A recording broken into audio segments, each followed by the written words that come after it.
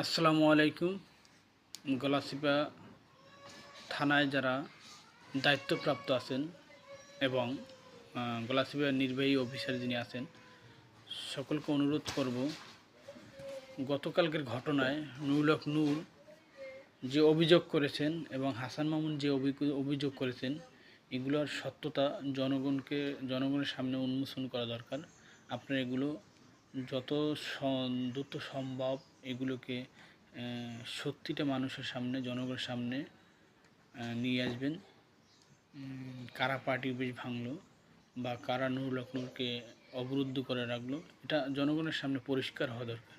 কারণ সামনে যে নির্বাচন আছে সেখানে তারা প্রতিনিধিত্ব বাছাই করে নেবেন এবং কেউই চাইবে না নাটকবাজ বা সন্ত্রাস বা দুর্নীতি এদেরকে আমাদের গলাচিপায় আর জায়গা হোক।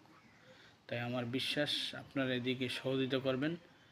যত দ্রুত সম্ভব সত্যিটা জনের সামনে তুলে ধরুন এবং আমাদের আমজনতা দলের পক্ষ থেকে সবসময় গলাচিপা উপজেলার যতটুকু শান্তি এবং ন্যায় ইনসাফের পাশাপাশি থাকা দরকার, আমাদের আমজনতা দল পটুয়াখালী জেলা শাখা পাশে থাকবে। আমরা কখনই কোনো সন্ত্রাস বা মব বা কোনো নাটক তার পাশে আমরা কখনই থাকবো না।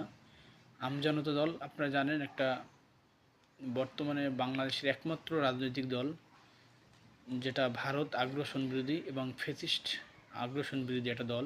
কারণ আমরা কখনো আওয়ামী লীগকে পুনর্বাসন এবং ভারতকে এই দেশে তাবেদারি করার কোনো কার্যক্রম আমরা এখন নিয়ে সবসময় তাদের বিরোধিতা করেছি, ইনশাল্লাহ সামনের দিক করব।